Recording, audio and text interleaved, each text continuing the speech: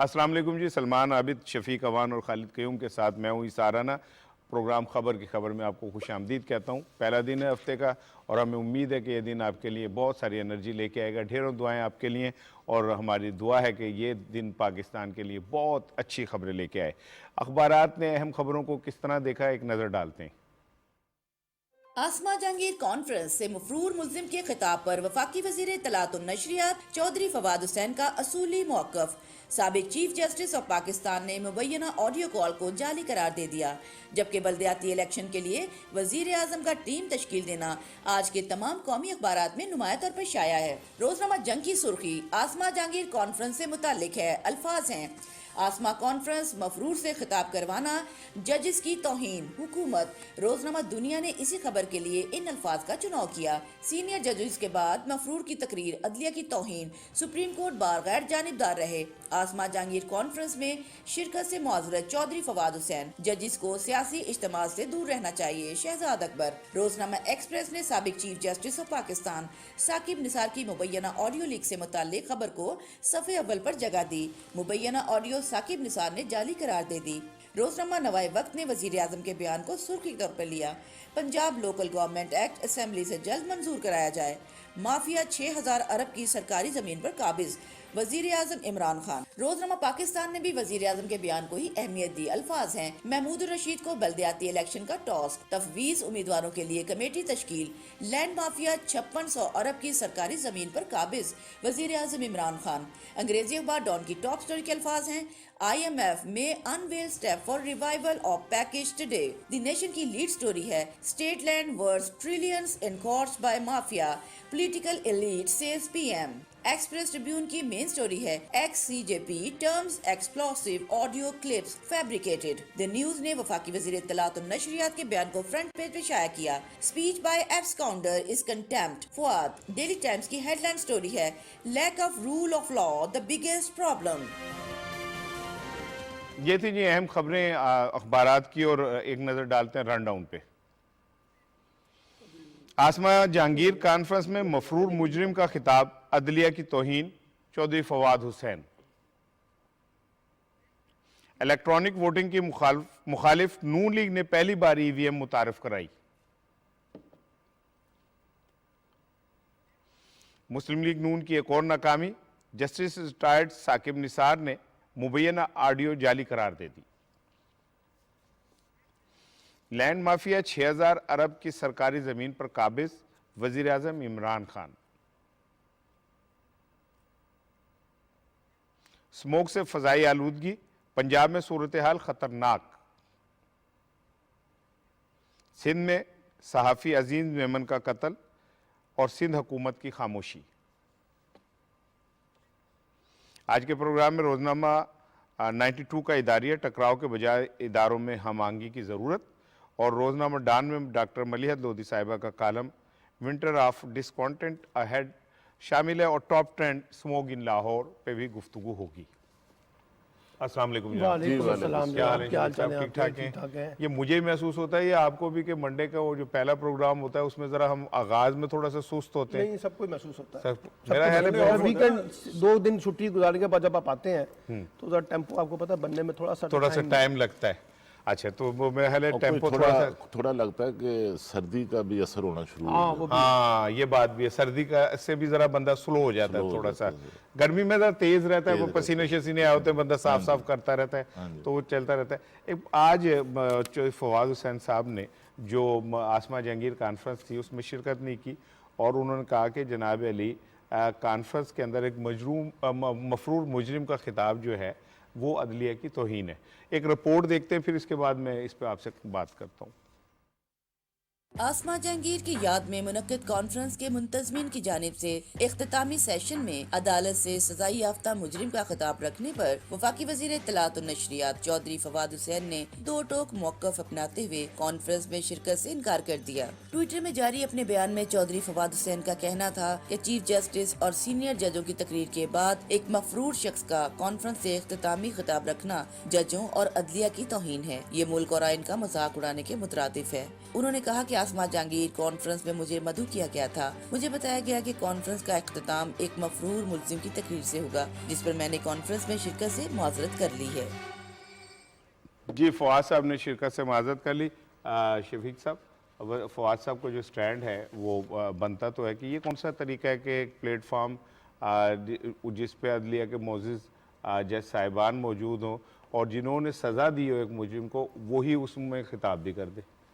Thank you. बिल्कुल, ये आसमा Jahangir foundation के तहत ये सेमिनार हुआ था, जिसमें आसमा जहांगीर बहुत बड़ी खातून थी। उनकी इंसानी हकूक़ के लिए बहुत जद्दोजहद है और वो बिल्कुल अप्रिशिएटेबल है और बड़ी इज़्ज़त थी, बड़ा मकाम है, अभी भी है और हमारे दिलों में है और रहेगा।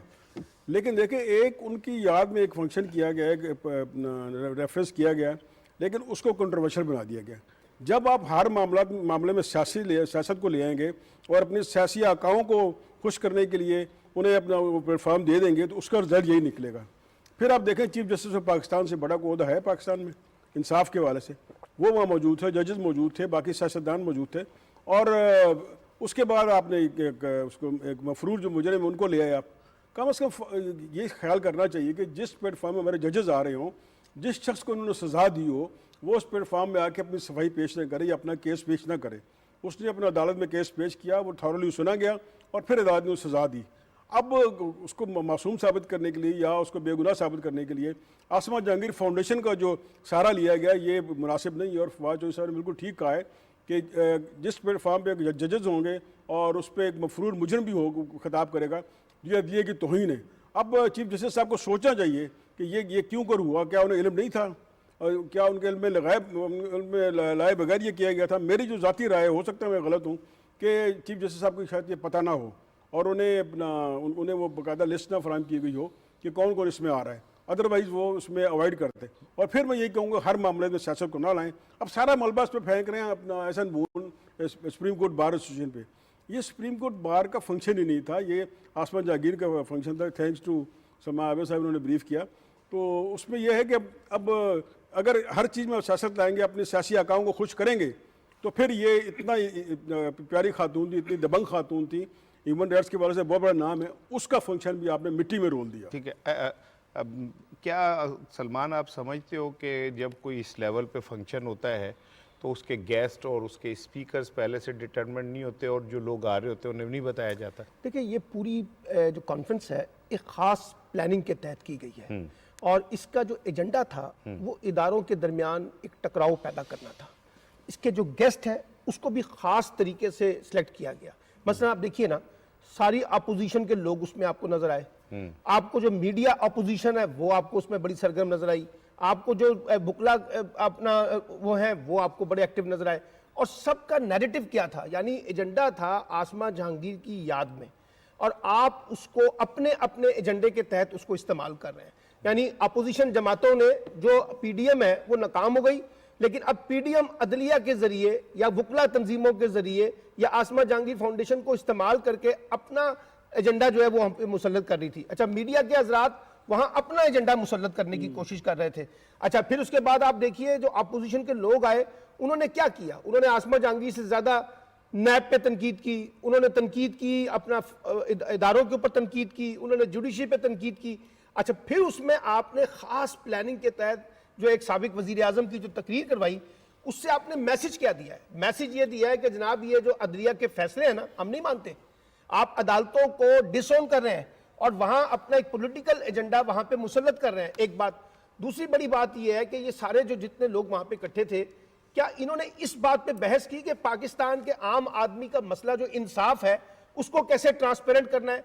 क्या वजह है कि हम 126वें नंबर पे पहुंच गए हैं, इसको कैसे ठीक करना है? और ये जो पाकिस्तान में वकला गर्दी शुरू हुई है, क्या इस पे गुफ्तगू हुई है कि हमारे जो वकीलों का जो कंडक्ट है वो किस तरीके से आज़ादी कानून की हुक्मरानी में रुकावट बन रहा है? मुझे लगता है कि ये खास प्लानिंग के तहत इसको प्लेटफॉर्म को इस्तेमाल किया गया है अनफॉर्चुनेटली, और जिस तरह से इस्तेमाल किया गया है उसमें जजों को भी मुतनाज़ा बनाया गया है, अदलिया को भी मुतनाज़ा बनाया गया, और एक ऐसे मौके पे जब दुनिया हम पे तनकीद कर रही है और एक खास मकसद के तहत हम पे तनकीद कर रही है और हम वो प्लेटफॉर्म प्रोवाइड करते हैं ताकि दुनिया हम पे और ज़्यादा तनकीद करे और हम अपने इदारों को, अपने जजेस को उस तरह से लेके पोलिटिसाइज करें।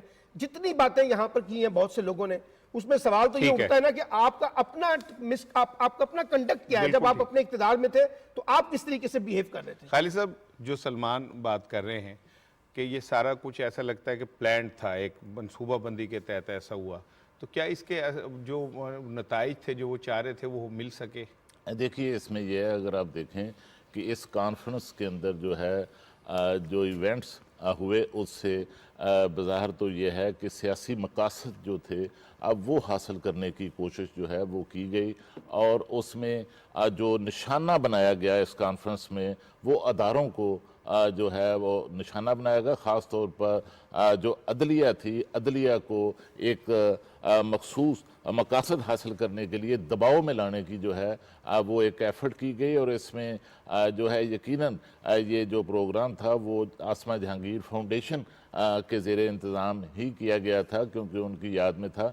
लेकिन मामला ये है कि इसके पीछे हम देखते हैं कि सुप्रीम कोर्ट बार एसोसिएशन जो है वो खड़ी हुई है, क्योंकि जो सुप्रीम कोर्ट बार एसोसिएशन की मौजूदा क़यादत है उसका ताल्लुक भी आसमा जहांगीर ग्रुप से है, और वो जो ग्रुप है वो उनकी जो कि सियासी वाबस्तगियाँ हैं, ख़ास तौर पर उनके जो इस ग्रुप के जो सबसे अहम तरीन जो फ़र्द हैं वो आज़म नज़ीर तारड़ जो हैं वो इस वक्त सेनेट के अंदर मुस्लिम लीग नून के पार्लिमानी लीडर हैं, और इस वक्त जो आसमा जहांगीर ग्रुप जो सुप्रीम कोर्ट बार एसोसिएशन में मुसल्लत है उनका इस ग्रुप के अंदर सबसे ज़्यादा जो रोल है वो हमें नज़र आता है। और सुप्रीम कोर्ट बार एसोसिएशन को तो ऐसे लगता है कि वो एक सियासी जमात के हाथों में खेलती हुई नज़र आ रही है, और सुप्रीम कोर्ट बार एसोसिएशन को एक उस जमात का जो है और वो एक झैली अदारा जो है वो लगता है बना दिया गया है। लेकिन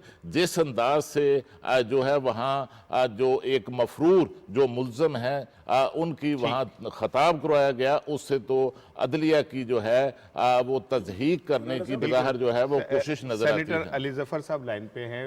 अस्सलाम वालेकुम सर।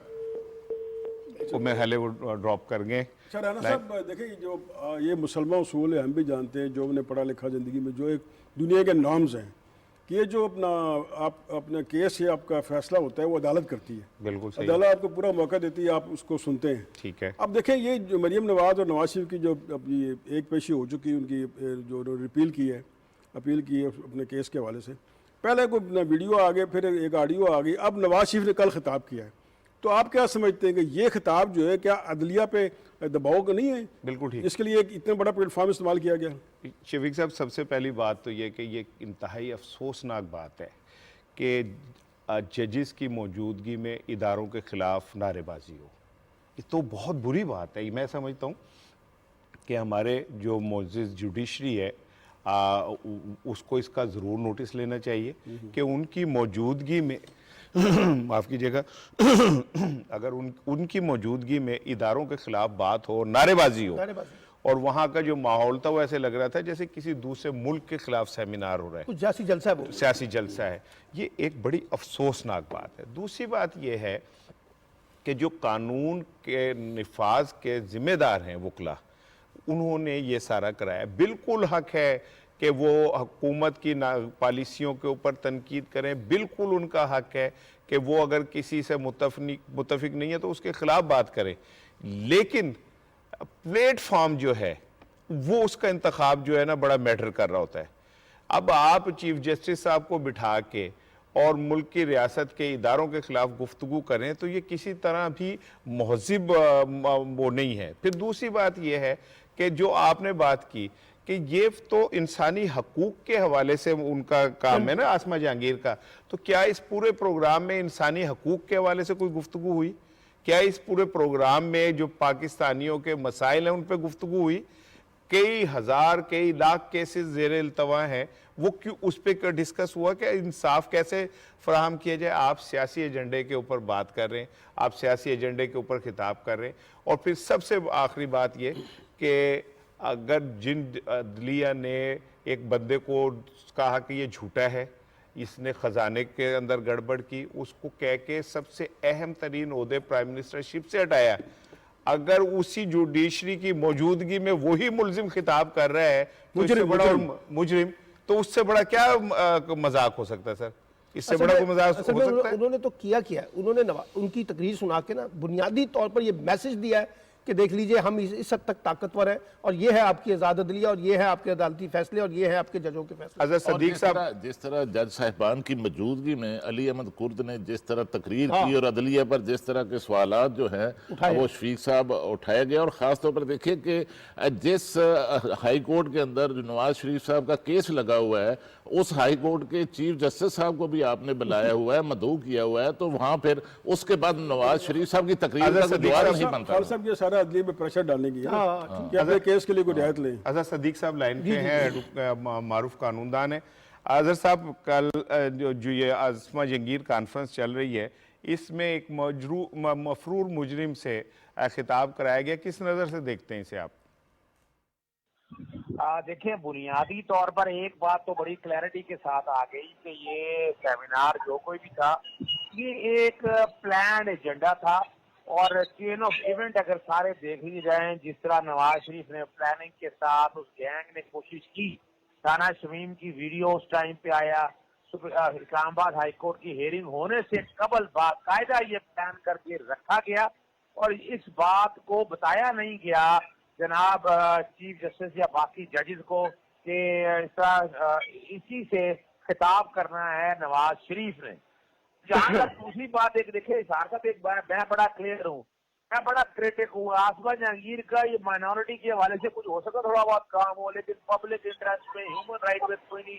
वो जब भी रही है उन्होंने हमेशा पाकिस्तानी इदारों के बारे में, पाकिस्तान अदलिया के बारे में जिस तरह की जुबान इस्तेमाल की वो हर एक को पता है। 56 कंपनियों का केस जो था उसमें शहबाज शरीफ और उन सारी कंपनियों की ये तो रिकॉर्ड, अल्ताफ हुसैन ने जब मुल्की इदारों के बारे में बात की तब उनकी ये वकील बनकर सामने आई। तो यहाँ मैं इस बारे में मैं इसको एजेंडा नहीं समझता, ये पूरा एक प्री प्लान एजेंडा था, और जिस तरह बाकायदा चीफ जस्टिस को बुलाया गया और इदारों के बारे में जो बातें की हैं, बगावत का मुकदमा अलहदा बनता है, और अली अहमद को जो जिन्होंने ये सारा सेमिनार ऑर्गेनाइज किया, मैनेज किया, इनके खिलाफ तौहीन अदालत की कार्रवाई अलहदा बनती है। अच्छा, ये बताइए कि जो फवाद हुसैन साहब ने तो एक असूली मौक़िफ़ अपनाया और जाने से इनकार कर दिया, आप नहीं समझते कि बाकी लोगों को बता देना चाहिए था कि कौन कौन खिताब कर रहा है ताकि लोग अपने फैसले कर पाते? बिल्कुल, इसमें तो कोई शक ही नहीं है।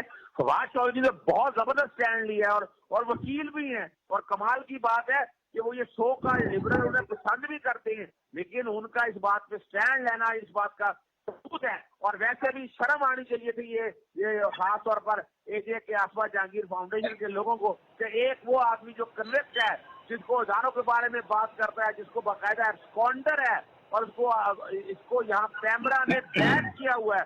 जब पैमरा ने बैन किया हुआ है, अदालतों ने रोका हुआ है, तो उनका इस केस के ऊपर उनको बुलाना भी, और मैं समझता हूँ ये बहुत बड़ी ज्यादती है, बहुत बड़ी साजिश है, और इसकी पूरी तहकीकात होनी चाहिए कि फंड किसको किया।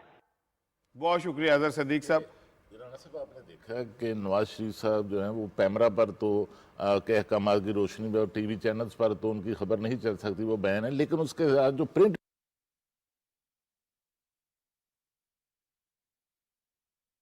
कोई पाबंदी नहीं।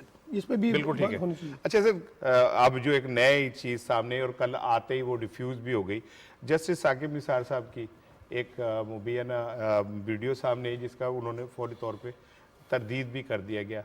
आपको याद होगा कि दुनिया टीवी के प्रोग्राम में मेरे प्यारे एंकर कामरान शाहिद, मुझे बहुत पसंद है उनका स्टाइल, और ये कुर्सी फ्लेक्सिबल नहीं तो मैं भी चाहता हूँ मैं ज़रा ऐसे पीछे जा सकूँ, तो उसमें उनके वो अजहर जावेद, वो एक्टर हैं, आप एंकर हैं, वो एक्टर मुझे ये इल्ज़ाम लगाते हैं मुझ पे कि मैं एक्टिंग भी करता हूँ। नहीं, आप अकेले की बात नहीं करते, तमाम एंकर्स जो हैं वो एक्टर ही होते हैं। अच्छा ठीक।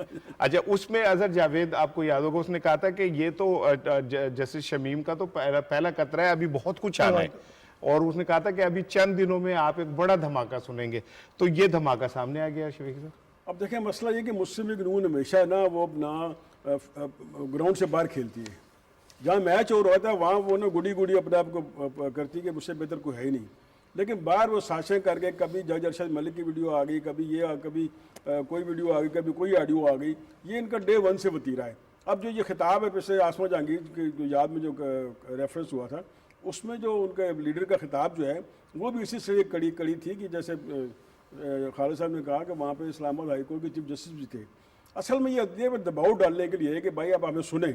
अब देखें हफ्ते बाद उनका केस या 10 दिन बाद उनका केस दोबारा सुना जाना है, उससे पहले अपना वीडियो आ गई, ऑडियो आ गई, अब अपना ये साहब एक प्राइम मिनिस्टर ने खिताब कर दिया।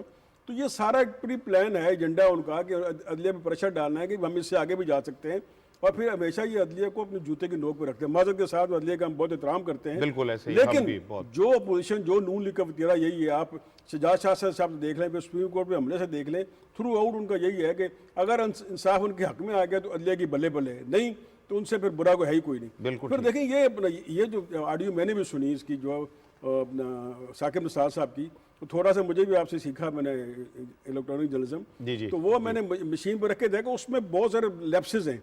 अब देखिए एक ऑडियो होती है ना, वो ये बड़ी टेक्निकल बात कर रहे वो हैं। ऑडियो थ्रू आउट आती है ना, हाँ। उसमें जो फोरेंसिक करते हैं वो उसमें थ्रू, उसमें लैप्सेस हैं, उसमें ऑडियो एक होती है अपना उसके पैमाना होता है, वो ऊपर नीचे हो रहा है। अब आप बोलेंगे चाहे जितना मर्जी तेज आस्था बोले, तो उसमें जो उसका ऑडियो लेवल होगा वो एक सर्टेन सतह पे होगा। और फिर उसमें ना ऑडियो जंप है, ऑडियो जंप होता है कि आप एक अपना एक फिक्रा आपका ले लिया, उसके बाद फिर एक और ले लिया, तो वो मिक्स कर दिया। 3-4 आपकी तकरीर, 3-4 आपके जो इरशादात करते हैं, वर्ष करने में आपकी मिसाल दे रहा हूँ, तो उसमें उनको मिक्स करके तो ये करते हैं, ये उसमें ऑडियो जंप, तो उसमें बेशुमार ऑडियो जंप है, बेशुमार उसमें ऐसी चीज़ें हैं, कई ऑडियो को मैच नहीं कर पाई, तो जो डेसिबल है, जो ऑडियो का जो पैमाना है वो डेसिबल के ऊपर नीचे हो रहा है। तो ये चीज़ें आती रहती हैं, और ये इन्होंने उसको अंडू कर दिया है। ये मज़ीद चीज़ें ऐसी आएंगी। और हमारे माजर के साथ जो हमारे साफ़ी जो हैं, जिसमें अजहर जावेद साहब का नाम लिया आपने, वो तो जैसे हमारे अमजद साहब ने कहा था कि वो तो रहते ही वहीं पे जाती उम्र, उनका जो लंदन का जाती उम्र है वहाँ रहते हैं। ठीक, तो हमें भी ख्याल करना चाहिए, और शुक्र है कि हमारी अदलिया ने, हमारे मीडिया ने, हमारे जो अपना सोशल मीडिया है, हमारे सियासतदान, इसका नोटिस नहीं लिया और ये उनको उल्टी पड़ गई है। सलमान, ये जो चल रही है सीरीज और अजहर जावेद ने कहा फिर ये आ गई, तो क्या इस ब्लैकमेलिंग से अदलिया जो है वो डिफेंसिव हो गई है इदारे? देखिए हमने अपने इस प्रोग्राम में कई दफ़ा डिस्कस किया है कि ये किस्तवार जो किस्तें हैं ना, ये आती रहेंगी। मकसद ये है कि एक ख़ास जमात ने, जो उसका नाम मुस्लिम लीग नून है, उसने कुछ लोगों को टारगेट कर लिया है। वो जुडिशरी में भी हो सकते हैं, वो इस्टेब्लिशमेंट में भी हो सकते हैं, वो ब्यूरोक्रेसी में भी हो सकते हैं, वो सियासी फरीकैन भी हो सकते हैं, वो मीडिया के लोग भी हो सकते हैं। उन सबको टारगेट करके फिर एक पूरी प्रोपेगेंडा कैंपेन को डेवलप करना, और इतना ज्यादा उस मामले को उछालना, मुतनाज़ा बनाना कि उसमें सियासत भी पीछे रह जाए और उसमें कानून भी पीछे रह जाए। अब देखिए ना उनका मसला क्या है, एक तरफ तो उनको सियासी महाज के ऊपर पसपाई का सामना है, वो मुस्लिम लीग नून आपस में टूटी हुई है, आपस में तकसीम है। दूसरी तरफ जो कानूनी रिलीफ वो लेना चाहते हैं वो भी उनको उस तरह से नहीं मिल पा रहा। तो ये जो बात अभी शफीक ने की ना, कि मकसद ये है कि आप इदारों पे दबाव डालें और उनसे कहें कि अगर आप हमारे साथ समझौता नहीं करेंगे हमारी शराइत पे, तो हम ये सारा का सारा जो खेल तमाशा न जारी रखेंगे और किस्तवार आप सबको मुतनाज़ा बनाएंगे। तो मुझे ये लगता है कि ये खेल अभी रुकेगा नहीं। अब अनफॉर्चुनेटली देखिए ना, बात यह है कि ऐसी चीजों की जब तक आप प्रॉपर इन्वेस्टिगेट नहीं करेंगे, आप इन लोगों को अकाउंटेबल नहीं बनाएंगे, आप इनको पकड़ेंगे नहीं जो लोग इस तरह के खेल में मुलव्वस हैं, तो फिर इनका रास्ता कैसे रोका जाएगा। प्रॉब्लम ये होती है कि हम इन तरह की चीजों को कैजुअल ले लेते हैं, चलने देते हैं, फिर वो उसके बाद दूसरी, फिर तीसरी, फिर चौथी। तो मेरा ख्याल है कि अब वक्त आ गया है खुद जुडिशरी को इन चीजों के ऊपर सो मोटो लेने चाहिए, जो जिस तरह की चीजें निकल के सामने आ रही है। अब आप देखें ना, वो जो गिलगित बल्तिस्तान वाला आया, उसके बेटे की अगर आपने गुफ्तगू सुनी हो, उसके बाद कोई बाकी चीज रह जाती है उसकी क्रेडिबिलिटी के अंदर। लेकिन कितने शानो शौकत से जो है वो मुस्लिम लीग नून वाले उस चीज को बुनियाद बनाकर एक खास इदारे को टारगेट कर रहे हैं। बिल्कुल ऐसे। खालिद साहब, जो बात सलमान कह रहे हैं कि अभी मजीद भी आएंगी, तो क्या ये एक्सपोज नहीं हो गया मामला, ये सारी कॉन्स्पायरेसी? देखिए, ये यकीनन जब तक ये केस है नवाज शरीफ साहब का, मरीम नवाज साहबा का अदालत के अंदर केस चल रहा है, अपील ख़ास तौर पर चल रही है, तो उस वक्त तक इस तरह के कई वाक़यात जो हैं वो आपको देखने में आएंगे। कहीं जो है वो जिस तरह ये जो सेमिनार के अंदर जो किरदार अदा किया गया है, इस तरह के और दूसरा ऑडियो जो हैं वो भी आती रहेंगी। लेकिन सवाल राना साहब ये पैदा होता है कि ये जो ऑडियोज आ रही हैं, अरशद मलिक की जो ऑडियो आई थी, जो कैसेट आई थी, जो वीडियो आई थी, तो उसको फिर सबूत के तौर पर अदालत के अंदर आज तक क्यों पेश नहीं किया जा सका। और इसी तरह मैं समझता हूँ कि ये जो नई ऑडियो जो है वो वायरल हुई है वो सोशल मीडिया पर, ये भी जो है वो इसको अदालत के अंदर सबूत के तौर पर पेश नहीं कर सकेंगे। असल मसला ये है कि शरीफ फैमिली की जो सियासत के अंदर शफीक साहब पैदाइश हुई है वो मैनेजमेंट के ज़रिए हुई है, इसलिए वो हर जगह मैनेजमेंट करते हैं, वो सियासत के अंदर भी मैनेजमेंट करते हैं, वो हुकूमत के अंदर भी मैनेजमेंट करते हैं, वो अदलिया के अंदर भी मैनेजमेंट करते हैं, वो मीडिया के अंदर भी जो है वो मैनेजमेंट करते हैं। और आपको याद होगा कि इसी मैनेजमेंट के तहत जस्टिस मलिक क़य्यूम से फैसले लिए गए थे, और अब उसी तर्ज पर जिस पर बेनज़ीर भुट्टो साहिबा और आसिफ अली जरदारी को उस ऑडियो कैसेट की बुनियाद पर जो रिलीफ मिला था सुप्रीम कोर्ट से, उसी तर्ज पर अब उसी तजर्बे की बुनियाद पर नून लीग की क़यादत जो है शरीफ फैमिली जो है अदालत से रिलीफ हासिल कर। देखिए सर, अभी इन्होंने कहा ना कि वो सहाफ़ियों को भी मैनेज करते हैं। ये पूरी कॉन्फ्रेंस जो हुई है इसमें हमारे सहाफ़ी जो हैं चंद बड़े पुरजोश, बड़े इनकलाबी, और लगता है कि इनकलाब उनके अंदर से जो है ना वो फूट रहा है, और वो कायदा पाकिस्तान के अंदर कोई ये जो सहाफ़ियों का एजेंडा है इस पूरे खेल के अंदर वो क्या है? देखिए सलमान साहब, मैं ना सिंध के 2 वाक़यात आपसे शेयर करता हूँ। नाजिम झोकियो का कत्ल हुआ अभी, उससे पहले अजीज़ मेमन का कत्ल हुआ। उनके जो लवाहिकीन हैं वो इंसाफ तलाश करते फिर सिंध के अंदर पिछले 2 सालों में सहाफ़ियों पे 62 हमले हुए, जिनमें से 5 सहाफ़ियों को शहीद किया गया है और 31 शदीद ज़ख्मी हुए। उन सहाफ़ियों पे अगवा के पर्चे दर्ज हुए, उन पे जनाब अली उनके घरों पे हमले हुए, उनकी टारगेट किलिंग हुई, उनके घरों पे चोरियां कराई गई, उन लोगों को धमकियां दी गई, हिरासा किया गया, सिंध के वडेरों ने उनके घरों को आग लगा दी। ये क्यों खामोश हैं? हाँ, सवाल तो ये उठता है ना जी। हामिद मीर, आसमा शिराजी, अफजल भट्ट और इस तरह के लोग जो एक सहाफ़ी के यहाँ पे उसके अपने घर की लड़ाई में यहाँ चोट लग गई और वो कभी पट्टी इधर जाती थी, कभी इधर जाती थी, कभी इधर जाती थी, और ये रोज उसके साथ खड़े होकर प्रेस कॉन्फ्रेंस करते थे और लोगों के घरों के ऊपर हमले करते थे। ये लोग जो कत्ल हुए हैं, क्या ये सहाफ़ी नहीं है? क्या ये लोग सहाफत के अलंबरदार नहीं थे? ये सिंध के अंदर जो 5 लोग अब तक सहाफ़ी मारे गए, क्या उनका की कोई जिंदगी नहीं थी? 62 लोगों के ऊपर अब तक हमले हो चुके हैं, उन पे मुकदमे बनाए गए जाली, उन पे झूठे मुकदमे बनाए गए। सिंध हुकूमत जो इतनी अपने आप को चैंपियन बनती है आज़ादी सहाफत की, उस हुकूमत के अंदर वडेरों ने उन सहाफ़ियों को कमियों की तरह ट्रीट करते हैं। और उनका माइंड सेट ये है कि बिलावल भुट्टो कहता है कि सहाफत भोंकती है, सहाफ़ी भोंकते हैं। तो ये लोग वहां पे क्यों खामोश हैं? इसलिए कि इनका एजेंडा कभी भी सहाफ़ियों के साथ नहीं रहा। इनका एजेंडा एक ख़ास जमात की गोद में बैठ के, मुस्लिम लीग नून की गोद में बैठ के, और आई एम सॉरी अगर मैं एक जुमला ज़्यादा बड़ा कहने लगा हूं कि ये बहुत सारे ऐसे लोगों के मोटिव के ऊपर काम कर रहे होते हैं जो पाकिस्तानी इदारों को बदनाम करना चाहते हैं, पाकिस्तानी इदारों के जो अहम जिम्मेदारान हैं उन्हें कंट्रोवर्शियल करना चाहते हैं। ये एजेंडा कहाँ से आता है, बाहर से आता है, कहाँ से आता है, ये हुकूमत का काम है, कैसे तलाश करें। शफीक, आप बताओ, नाजिम झोकियों के हवाले से थोड़ी सी अपडेट आपके पास थी, आपने कहा था मैं शेयर करूंगा। वो बेचारे उनके घर वाले अजीज मेमन के इस्लामाबाद रुलते फिर रहे हैं कि हमें इंसाफ दे, और सिंध हुकूमत जो इतनी अपने आप को प्लेयर बनती है, पलवान बनती है, वो उनकी बात सुनती नहीं है। देखिए, नाजिम जोखियों ने वहाँ पे एक जाम करीम और जाम अवैस MP और जाम करीम MNA पीपल्स पार्टी के मलीर का ये वाक़ है। उनका फार्म हाउस है जाम फार्म हाउस। वहाँ पे बाहर को तलोर का शिकार खेल रहे थे, उसने वो वीडियो बना दी और वीडियो अपलोड कर दी। इस पर वहाँ से बुलाया गया और अपना शदीद तशद्दुद का निशाना बनाया गया और वीडियो उन्होंने डिलीट कर दी। लेकिन वो बेवकूफ़ ये नहीं जानते थे कि मोबाइल से वीडियो डिलीट नहीं होती, वो रिट्रीव हो जाती है। तो उस पर अपना जब उसने ये किया तो उससे उन्होंने बांधा मार के, जब ये वीडियो पहले उसको फिल्म बनाई, उसको खूब अपना तशद्दुद किया, जाने दिया। फिर जब ये अपने उस वीडियो अपलोड कर दी तो उस पर उन्होंने उसको अपना कत्ल कर दिया। अच्छा। उसमें MP जाम अवैस भी थे और जो उसके भाई एक जाम करीम, उसको अपना नाजिम जोखियों के भाई, उसने उसको कह दी ये इसमें नहीं थे। अब उसकी जो लाश फार्म हाउस के पास से मिली, फिर वो कुएं से मोबाइल मिला, फिर आप देखें उससे अपना उसके कपड़े जले हुए मिले। लेकिन ज़ाहिर आजकल फोरेंसिक तहकीकात का दौर है, उन्होंने सारा उसको फोरेंसिक ऑडिट कर लिया और सारा किस्सा सामने आ गया, MPA गिरफ्तार हो गया। लेकिन इसमें देखें ना, उसको MPA को पूरा प्रोटोकॉल है, वो अस्पताल में रह रहा है। अब जो उसका अपना तहकीकात हो रही थी वो भी तहकीकात क्या थी आप बेहतर जानते हैं। अब यह है कि फिर इसमें आपने जिक्र किया किसी सहाफ़ी तंजीम को, किसी एंकर को ये तौफीक नहीं हुई कि इसका जिक्र करें। अब आपने अफजल भट्ट का नाम लिया, अफजल भट्ट, राना अजीम, दूसरे लोग भी हैं वहाँ, सिद्दीकी साहब बैठे हुए हैं जो कि यूजे के सदर हैं, कराची प्रेस क्लब है।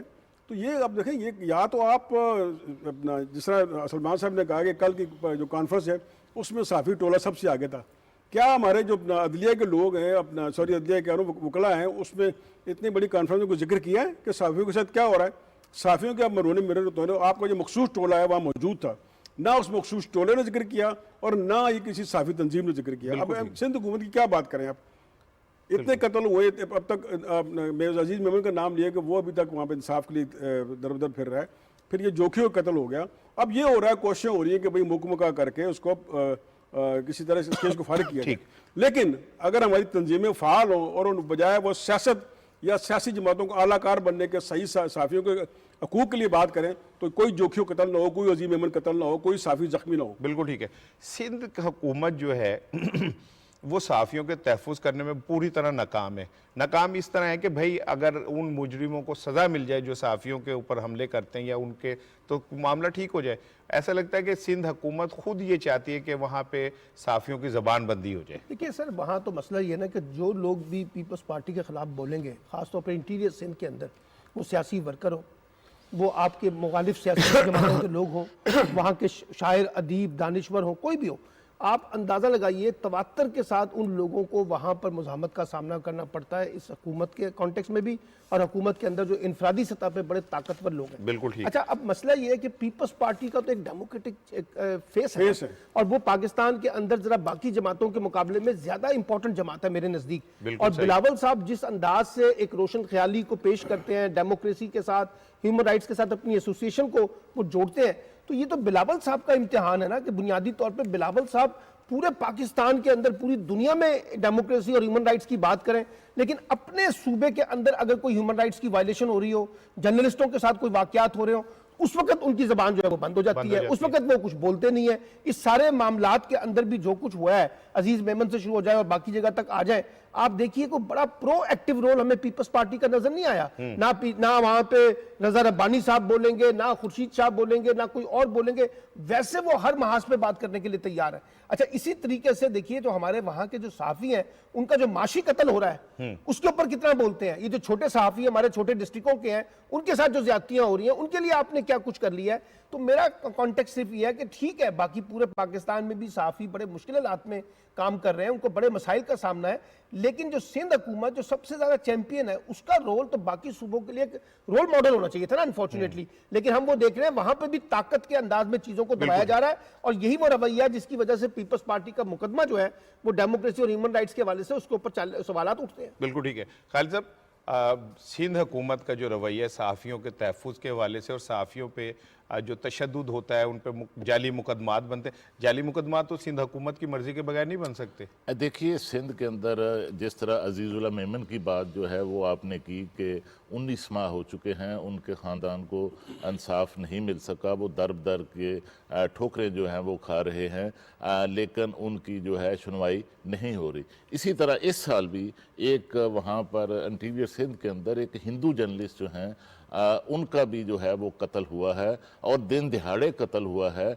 और इस तरह ये तो कत्ल के वाक़यात हैं, जो सहाफ़ियों के ऊपर तशद्दुद के वाक़यात हैं वो आए रोज़ सिंध के अंदर, ख़ास तौर पर इंटीरियर सिंध के अंदर हमें नज़र आते हैं। लेकिन इसमें जो फेलियर है, मैं समझता हूँ कि सिंध हुकूमत का सबसे पहले इसमें फेलियर है। पीपल्स पार्टी की जो क़यादत है उसको जिस तरह हम देखते हैं कि बिलावल साहब इस्लामाबाद के अंदर को वाक़यात हों, पंजाब के अंदर वाक़यात हों, KP और बलूचिस्तान के अंदर वाक़यात हों, तो वो उसको फौरी तौर पर उठाते हुए नज़र आते हैं। लेकिन इसी तरह उनको सिंध के अंदर जो सहाफ़ियों के साथ जो वाक़यात हो रहे हैं उनका भी नोटिस लेना चाहिए और सिंध हुकूमत को इस हवाले से जवाबदेह बनाना चाहिए। इसके साथ साथ हमारी जो मकामी जो सहाफ़ती तंजीमें हैं उनको भी जो है अपना रोल पूरा अदा करना चाहिए। हमारी मकामी सहाफ़ी तंजीमों, हमारी PFUJ का रोल हमें नज़र नहीं आता, जबकि बैनुल-अक़वामी सतह पर जो सहाफ़ियों की तंजीमें हैं उनकी तरफ से जो है तमाम वाक़यात पर नोटिस लिया गया है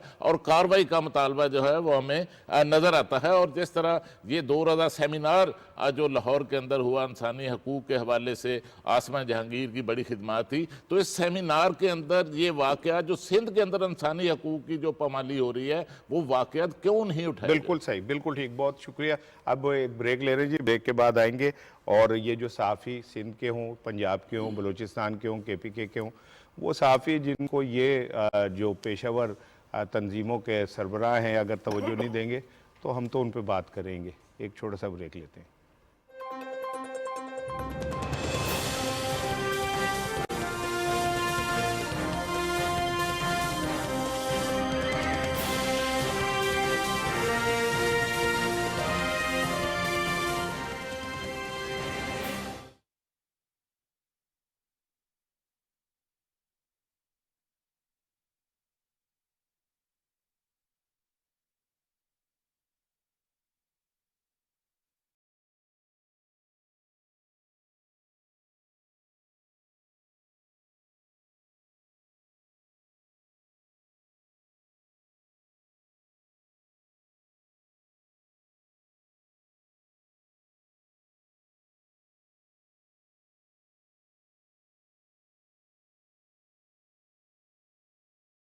मैं हूं मोहम्मद शोएब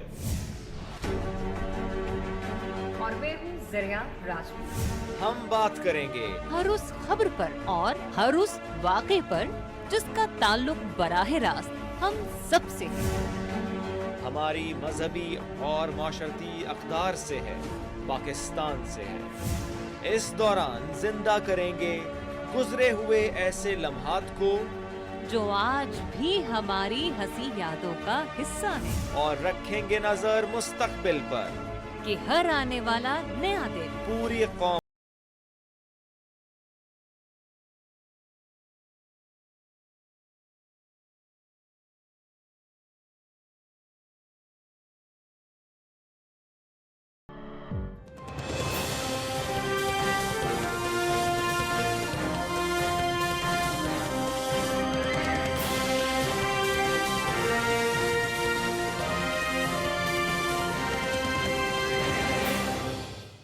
जी वेलकम बैक जी। और एक अखबार शफी साहब, ये किस अखबार की खबर थी, मुझे मिल नहीं रही, वो कि पहले नवाज शरीफ साहब ने ऑर्डर दिया था EVM मशीनों का कि ये हमने लेनी है। हाँ, ये खबरें में अब्दुल सत्तार खान हमारे इन्वेस्टिगेटिव जर्नलिस्ट हैं, उनकी खबर थी। हाँ, उनकी खबर। और उसमें देखें आज ऐसा इकबाल का बयान छपा है कि हम EVM को किसी सूरत नहीं होने देंगे, ये धांधली इलेक्शन की धांधली है। जबकि ये जो है ये नवाज शरीफ ने खुद इंट्रोड्यूस कराई थी 2018 के 2018 के इलेक्शन में 400 मशीनों को ऑर्डर दिया था। यानी देखें ना, हमारे सियासतदान बयान देने से पहले सोचते नहीं कि भाई वो एक तरफ अपना भेड़ चाल के पीछे अपना, जिस तरह हम आपके पीछे चलते हैं, वो अपने लीडरों के पीछे चल पड़ते हैं और ये नहीं देखते कि माजी क्या था। अब अगर वो जायज़ा ले लेते, वो वज़ीर दाखिला थे नवाज शरीफ के, कि भैया देख लेते ये उनके अंडर आता है कि भाई नवाज शरीफ ने 400 मशीनों को ऑर्डर दिया था, उसमें नवाज शरीफ को बेहतर समझते थे ये किया था ना। उस वक्त मुस्लिम लीग नून की हुकूमत जो है, अगर उसने EVM इलेक्ट्रॉनिक वोटिंग मशीन को ऑर्डर दिए थे वो किसी बेहतरी के लिए दिए थे कि इलेक्शन में बेहतरी आए, शफाफियत आए। लेकिन अब जब यही काम जो है इमरान खान और उनकी हुकूमत कर रही है तो उनके अपना उसमें उनमें कीड़े नज़र आ रहे हैं। अब इसमें वो ना बातचीत करने को भी तैयार नहीं, बस वन लाइनर जी हमने मुस्तरद कर दिया जैसे कि वो शहनशाह मौज़म है। जमहूरियत में ऐसा नहीं होता। जमहूरियत में आप डिस्कस करते हैं चीज़ें, जो भी चीज़ आती है उसके प्रोस एंड कॉन देखते हैं, उसमें क्या कमी क्या बेशी है, अपना इनपुट डालते हैं, फिर वो चीज़ बेहतर होती है। लेकिन एक तरफा पे मुस्तरद कर देना ये कोई तरीका नहीं है। और EVM जो प्राइम मिनिस्टर भी कह चुके हैं, फवाद साहब भी कह चुके हैं, दूसरे हुकूमती शख्सियात भी कह चुकी हैं कि ये EVM जो है ये शफाफ इलेक्शन की जो है ये जमानत है। बिल्कुल अब अपना उस पर गौर करें अपने अदाओं पे कि भाई माजी में आपने इंट्रोड्यूस कराया था वो भूल गए, और अब जब उसको इम्प्लीमेंट करने का वक्त आया, हुकूमत इम्प्लीमेंट कर रही है, कानून साजी हो गई है। आपने कानून साजी भी नहीं की, लेकिन जब असल मशीनें खरीदने के टेंडर था ना, मेरे खरीदारी और टेंडरों में तो वो आगे थे कि इसमें भी आगे इतनी मशीनें आएंगी तो इसमें भी कुछ परसेंटेज मिलेगी। लेकिन ये इमरान खान ने ये साबित कर दिया, कानून साजी कर दी तमाम तर मुखालफत के बावजूद। बिल्कुल ठीक। और फिर अब वो उसका अपना इम्प्लीमेंट कर रहे हैं। अब इलेक्शन कमीशन ही मान जाए, लेकिन फिर मैं कहूँगा कि मुस्लिम लीग नून वालों को अपना हुकूमत को क्रिटिसाइज करने के लिए सिर्फ आगे नहीं आना चाहिए, अपना माजी देखना चाहिए कि बिल्कुल ये ठीक। उनके लीडर ने ये इंट्रोड्यूस कराई थी। बिल्कुल ठीक है। शफीक जी मुझे कह रहा मैं तो मुँह करके कह रहा था आप अपनी अदाओं पे गौर कर, मैं डर गया, मैंने कहा पता नहीं कौन सी वाली अदा जो शफीक ने नोट कर ली है। मैंने मुस्लिम लीग नून की अदाई कही वो थी। फिर बाद में थैंक यू आपने कहा कि मुस्लिम लीग नून। मलिया लोधी साहिबा का कालम रोजनामा डाउन में है विंटर ऑफ डिसकॉन्टेंट अहेड, और उसमें भी उन्होंने ये कहा है कि जी ईवीएम पे अपोजिशन और इलेक्शन कमीशन के अगर तहफुजात हैं तो वो ऐसे नहीं है जो एड्रेस ना हो सके। फिर उनका कहना है कि इलेक्शन अपोजिशन का तर्ज अमल जो है वो नामुनासिब था इस दौरान, और लेकिन हुकूमत को वो जाता है जिसने भरपूर तैयारी से बिल मंजूर कराया है। देखिए पिछले एक बरस से ना इसार इलेक्शन कमीशन भी जो है ना ईवीएम के ऊपर एक फरीक बनकर सामने आ गई। अच्छा, अब मैंने ये 5 पॉइंट निकाले हैं जो जिसके ऊपर उनके इतराज़ात हैं शफीक। जी। एक उन्होंने कहा जी कैपेसिटीज़ के इश्यूज होंगे, ठीक है। ठीक है। फिर दूसरा उन्होंने कहा जी मशीनें बहुत बड़ी तादाद में चाहिए। सही है। तीसरा उन्होंने कहा जी इंटरनेट की फैसिलिटीज़ नहीं होगी। चौथा उन्होंने कहा कि जी ये अब बाकायदा एक बहुत बड़ी फंडिंग हमें दरकरार। और फिर उन्होंने कहा जी पायलट प्रोजेक्ट करने हैं। अच्छा, अब ये पिछले 1.5 साल से जो बहस चल रही थी पाकिस्तान में ईवीएम के कॉन्टेक्स्ट में, सवाल यह कि इलेक्शन कमीशन ने अपना होमवर्क क्यों नहीं किया? बिल्कुल ठीक। ये सारे मामला जिसका वो जिक्र कर रहे हैं वो क्यों नहीं ठीक हो रहे? आप कैपेसिटी की बात कर रहे हैं, जो पुराना सिस्टम है उसमें क्या कैपेसिटी है आपकी? सवाल तो ये है। और कुछ मामला तो हुकूमत के ना, वो हुकूमत ने करने हैं, आप क्यों उसमें फरीक बन रहे हैं? देखिए मैं अभी भी ये कहता हूं कि ईवीएम के ऊपर जो एतराज़ात इलेक्शन कमीशन उठा रहा है उसको रिजॉल्व करने की तरफ आगे बढ़ना चाहिए ना। हम उसको वहां पर स्टे ना कर दें, यानी ये टाइम जाया ना करें। जो पिछला 1 साल भी हमने जाया कर दिया इस कॉन्टेक्स्ट में, आगे जो 1.5 साल बाकी है उसमें हुकूमत और अपोजिशन और ये इलेक्शन कमीशन खासतौर पे बैठ जाए, जो पॉइंट्स हैं जिसके ऊपर बहस है उसके ऊपर बहस कर लेते हैं ताकि इसको इंश्योर किया जाए। लेकिन हो क्या रहा है? हो ये रहा है कि हम इसको एक मुतनाज़ा बनाकर अपना जिसे कहते हैं ना टाइम को गेन करना चाहते हैं और ताखीरी हरबे इख्तियार करना चाहते हैं। अब सवाल मेरा फिर वही है, देखिए मैं ये नहीं कहता कि ईवीएम को हरफ आखिर है, 100% ट्रांसपेरेंसी होगी। सवाल ये है जो इलेक्शन आप करवा रहे हैं इस वक्त और जो मौजूदा इलेक्टोरल सिस्टम है उसमें तो बेशुमार फ्लॉ है ना। बिल्कुल ठीक है। मैंने आपको बताया था कि वो जो जुडिशियल कमीशन बना था धरने के नतीजे में, उसकी 42 के करीब नुकात हैं जिसमें कहा गया था कि जी बेज़ाब्तगियां हुई हैं, फिर इलेक्टोरल रिफॉर्म्स हुई, फिर अभी डस्का इलेक्शन की रिपोर्ट आई। ये सारी चीजें जाहिर करती हैं कि पाकिस्तान में इलेक्शन पॉलिटिक्स को आउट ऑफ द बॉक्स जाकर देखना है और ऐसे फैसले करने हैं जो जदीदियत की तरफ लेके जाएं, जिसमें एक नई ट्रांसपेरेंसी इंश्योर हो। और देखिए मैं आपको बताऊं, जब आप जदीदियत की तरफ जाएंगे ना शफीक साहब, शुरू में उसमें बड़ी रेजिस्टेंस आती है, लोग भी इसको आसानी से कबूल नहीं करते। हम सब ने यहां पर कहा था कि 133 का जो इलेक्शन है NA 133 का, इसको ले जाएं बाई पार्ट में और इसमें कुछ हिस्सा जो है वो ईवीएम पे करवा लें। अभी भी हम कह रहे हैं लोकल गवर्नमेंट का इलेक्शन करवा लें। अगर आप पायलट प्रोजेक्ट करना चाहते हैं तो आपको रोका किसने है? आप पायलट प्रोजेक्ट कर ही नहीं रहे और इश्यूज बनाते जा रहे हैं। बिल्कुल ठीक है। अच्छा खालिद साहब, रोजनामा 92 का जो इदारिया है, टकराव के बजाय इदारों में हम आंगी की ज़रूरत है, उसमें उन्होंने कुछ पॉइंट्स किए। उन्होंने कहा जी अदलिया पर बराह रास्त तनकीद मुल्क की मुफाद के बरक्स है, जज्बातियत के बजाय होशमंदी की ज़रूरत है, और चीफ जस्टिस का दो टोक जवाब अदलिया की आज़ादी पर कोई समझौता नहीं होगा खुश आइंद है और बड़ा एक ज़बरदस्त स्टांस है, और अदलिया की आज़ादी का ना होने ये किसका एजेंडा है जो इस पे तनकीद हो रही है? कुछ बड़े बुनियादी नुकात उठाए उन्होंने। देखिए ये उनका ही एजेंडा है, जिनकी तरफ से 2 रोज़ा जो कॉन्फ्रेंस हुई है आसमा जहांगीर कॉन्फ्रेंस, इसमें जो सियासी मकासद हासिल करने के लिए जो कुछ किया गया है, ये भी उसी पस मंज़र में बात जो है वो हो रही है। और उसमें देखिए कि किस तरह जब वहाँ पर जज साहिबान मौजूद थे और उनकी मौजूदगी में जो नारेबाजी की गई और इस नारेबाजी की किसने इजाज़त दी, ये माहौल वहाँ क्यों पैदा किया गया, दरअसल इसके पीछे जो एक सियासी जमात का जो मखसूस एजेंडा था वो शामिल था। और क्योंकि उस हवाले से उनके जो केसेस हैं वो इस्लामाबाद हाई कोर्ट के अंदर इस वक्त जो अपील है वो मामला चल रहा है, तो इस दौरान वो हर किस्म का जो दबाव है अदलिया पर वो डालना चाहते हैं। और नवाज शरीफ साहब का जो खिताब वहाँ पर इस कॉन्फ्रेंस में किया गया है उसका बुनियादी मकसद भी ये है कि दबाव डाला जाए अदलिया से और फिर अपने जो मतलूबा नताइज हैं और जो हदाफ हैं वो तय किए जाएं। और इस मकसद के लिए हमारी जो बार एसोसिएशन है, सुप्रीम कोर्ट बार एसोसिएशन, वो इसलिए इस्तेमाल हो गई है कि उसकी जो क़यादत है ख़ास तौर पर जो आसमा जहांगीर ग्रुप के जो लीडरान हैं इस वक्त वो वकला के अंदर, अब वो सारे जो हैं उनका ताल्लुक पीपल्स पार्टी और नून लीग से है, बल्कि एक ही ज़िला है हाफिजाबाद। ये तीनों जो लीडर हैं, आज़म नज़ीर तारड़, एहसन बून और आबद साकी, तीनों का जो ताल्लुक है एक ही इलाके से है, एक ही ज़िला से है और पूरी जो सुप्रीम कोर्ट बार एसोसिएशन है उस पर उन्हीं का ही होल्ड है। बिल्कुल ठीक है। रज़ा साहब, मेरा आपसे एक सवाल है। सलमान साहब जो 5 पॉइंट बयान किए हैं, ये 5 पॉइंट है जिस पे इलेक्शन कमीशन जो उठा रहा है। अब देखिए, पार्लियामेंट सबसे बाला है, पार्लियामेंट ने एक कानून पास कर दिया है, वो एक्ट बन गया, सब कुछ हो गया है।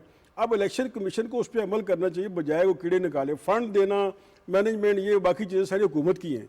तो आप क्या समझते हैं कि क्या इलेक्शन कमीशन अपने अख्तियारात से आगे तजावुज़ कर रहा है?